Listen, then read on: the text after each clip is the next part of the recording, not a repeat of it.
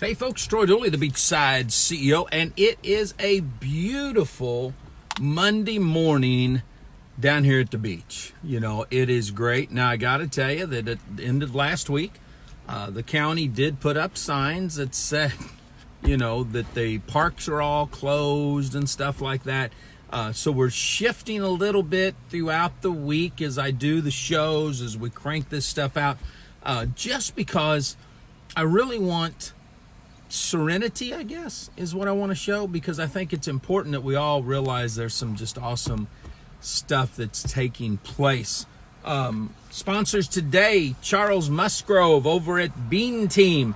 Man, he's got a great podcast called Business Matters. And I tell you what, if you want to know the in-depth of what the stimulus package is all about, how this affects business, he's the one. He's a CPA, great guy here in the state of Florida. I will disclose he is a client, but just solid on giving out information that's pertinent to brick and mortar businesses, home-based business. Powerful stuff. You got to check that out. And of course, Maple Street Biscuit Company is still living up to their values, which is to give back to the community. Their pantry is going strong with toilet paper, water, chicken breast, biscuits, macaroni and cheese, and one of my favorite, collard greens. So it's great. I really do enjoy our sponsors. But today I want to look at something. How do you succeed in the face of uncertainty? How do you succeed when each morning, well, at least every afternoon when we have a press conference, things shift? You know, this weekend, as a prime example, we knew that this was coming, but the president decided, with the experts that are around him, let's go ahead and extend the social distancing, the voluntary stay-at-home order, you know, not hanging out at the beaches and stuff. Let's go ahead and extend that for 30 more days till the end of April. And I think that is an awesome thing. I think it gives us time to continue down a pattern. And I don't know how true this is, but I've seen top psychologists talk about this. I've seen top personal development gurus talk about this. And they say it takes 21 days to either create a new habit or break a habit. So as I started looking at my morning rituals, as I started looking at the hecticness, the busyness, everything that we all do, I thought, wow, maybe this is just a continuation of this reset, a continuation of us saying, okay, we can't change what's happened. We have no control over an unseen enemy. So how can we prepare for this?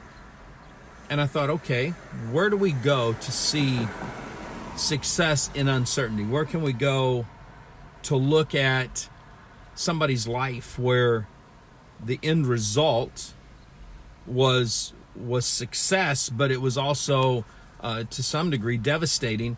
And I started looking at the story of Jesus. Now, again, I'm not getting into the depth of who Jesus Christ is or isn't. What I want to look at is, when you read his story, the one thing that he did consistently from the time that we actually see his life mature into adulthood till his death is he always took time in the day to get away, to slow down, to meditate, to pray, to focus. Then he would go back out into the crowds. He would go back out with his disciples. Sometimes when he took this time off, he did it privately. Sometimes he'd take a few of his guys with him. Sometimes he took them all with him. So as I started looking at that, I thought, wow, what a beautiful time for us when we're at home, when most of us are not going out and working per se. Some of you are, and thank you so much for being on the front line. Healthcare workers, firemen, store clerks, restaurants, I appreciate this. But for those that are just chilling, for those that are already in a home-based business, for those that operate a brick and mortar and you're kind of at a standstill, you have all this time in the day. I think maybe one thing that you can do to shift the crazy hustle that you've been in is just take some time. Maybe it's 5 minutes, maybe it's 10 minutes. I take 2 hours in the morning for this. Everyone is different, but take that time to just take a deep breath and just sit back and listen. Just sit back and say, okay, wait a second. Where's my day going to go? How can I take the crazy uncertainty of today and focus that in on making one great change? Focus in on making a change with my family. You know, this weekend we had a little bit different shift because every Sunday is a time where usually we go to Seaside, we grab food, we eat, and then Paige and I will just sit on a bench and the girls just play in the amphitheater. It's a beautiful place. There's all kinds of families. We're just having a wonderful time. And this week it was closed. And so when we don't go to Seaside, we go to the Hub and we do the same thing. The Hub is down on 30A here in the Emerald Coast, and they got a beautiful area where it's all fake grass, big screen TV. So usually dads are watching some kind of sports. Moms are just hanging out. The kids are playing. And Paige and I take that time to reconnect, to slow down. And this week we couldn't do that. But what we were able to do is buy food, just like we always do, and just take a drive. Found a private park where nobody was at. The girls got out to play a little bit. And we still had that quality time. We disconnected for a few hours on Sunday morning, invested some time in each other. Then we went back to the house and the girls played in the pool all afternoon. I did yard work all afternoon. Paige, I think, talked to her mom or the girls all afternoon. And we just had a wonderful time. It was our time to decompress. So if you will take daily, you take time where you're at. And listen, this may sound a little coarse, but hey, if you need to go sit on the john for a while just to have peace, then do that. You know, I see some funny commercials sometimes of mamas saying they go into the bathroom and they close the door, you know, and that's their quiet time. Hey, do whatever you got to do, but take time to get away a little bit. Take time to say, okay, what can I learn from this? What do I need to jot down? What fears am I facing? And again, I did a show last week on this. Fear is a legit emotion. So all this cockamamie crap about fear is evidence appearing real and all this garbage that stupid individuals who have no psychology background at all talk about. Well, I tell you what, we just blew that myth out of the water, didn't we? Because right now, fear is legit. There are people dying from an unknown virus worldwide. So embrace that a little bit and say, okay, I know I'm fearful in this uncharted times, in this chaotic times, in this time of uncertainty. And uncertainty to a certain degree is a human need. We need a little bit of uncertainty. We want a little bit of adventure in our life. None of us want this crap. But while you've got it, take a little bit of time to jot down, to think about, what am I feeling during this time of trauma? And this is trauma with a big T. I mean, there's people. I just listened to the president talking a minute ago, and there's a hospital in Queens where, I mean, the bodies are piling up. They've got people dying there, and it's legit. So the fear that we face during this uncertainty is legit, but we don't have to become paralyzed by it.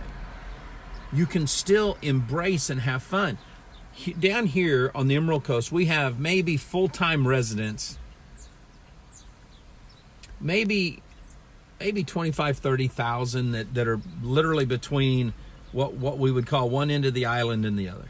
And that's all the small communities. That's everybody that's here. We're just a bunch of small towns. We don't live in some big metropolis with millions of people. And yet we have in our communities, like in our community, I mean, we have, I don't know, probably 3,000 people that live in this development all the main part of the development's called Hammock Bay, is split into different little communities in there, and we're all doing our part. Even though we hang out a lot together, we're keeping our distance. We're saying hi to each other. We're out walking and playing and having fun, but we're not letting this paralyze us.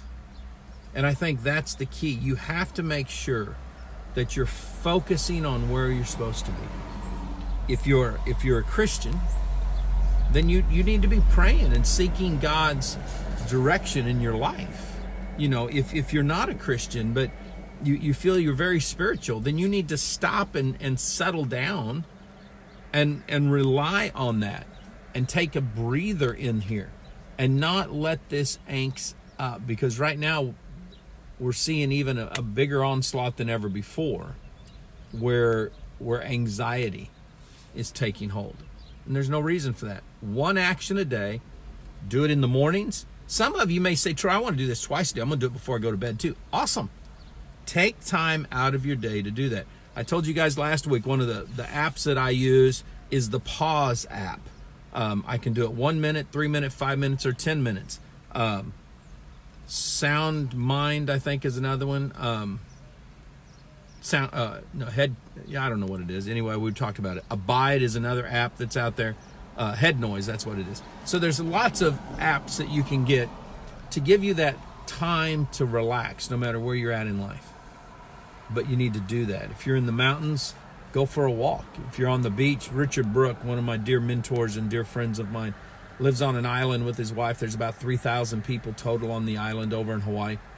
And although he's frustrated because they shut down his golf course, he's able to take time just to relax and focus in and journal and write. And that's what you guys need to do. Each one of us, maybe you've never done this before. Maybe you don't even know what to write down. Troy, this is cool. You know, you're giving good advice. I don't have a clue what to write down. Okay. Start with a question.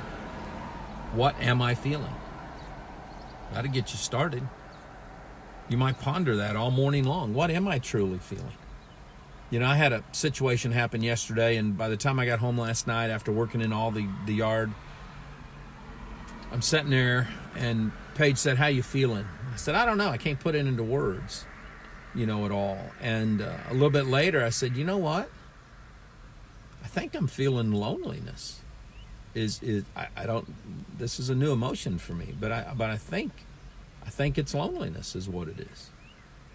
And it's like I was able to jot down some notes. I was able to focus in on that this morning. Why did I just yesterday for a certain period of time feel lonely? And I jotted that down. And this morning during my prayer time and my time of Bible study, I was able to really hone in on that. So everyone is different, but if you want to get started, just get started with what am I feeling? And then work through that. And of course, you get around some people that are positive, focused, that are going through the same thing you are, that are having struggles. That's what it's all about right there. We know we're in a time of uncertainty. We know we're going to extend the social distancing and the voluntary, quarantine or whatever it's called. Everybody's chilling. We know that there's lots of companies hiring people. Some more people are going to be shifting careers. They're going to be moving. That's a time of uncertainty too. We know that family units are now having to help their kids do their school from home and all that, and that's new. We know that when you've got two parents that usually work, especially if both of them are in healthcare or both of them are in the restaurant business or something like that, you still have a little bit of juggling you're trying to do because there's not a lot of daycare situations where we know that. But just realize you're not alone. Realize you don't have to feel lonely. Utilize social media a little bit different, if you need to. Use it as a way to connect. You might want to start a local group. Maybe you want to get into your neighborhood groups, whatever the case is. Focus on that, move it forward. But take that one step today of starting to take time for yourself, just some quiet time. Figure out where you're at, figure out where you're going, and then take it all the way home. Hey guys, we may see you a little later today, but we will sure see you in the morning. Talk to you soon.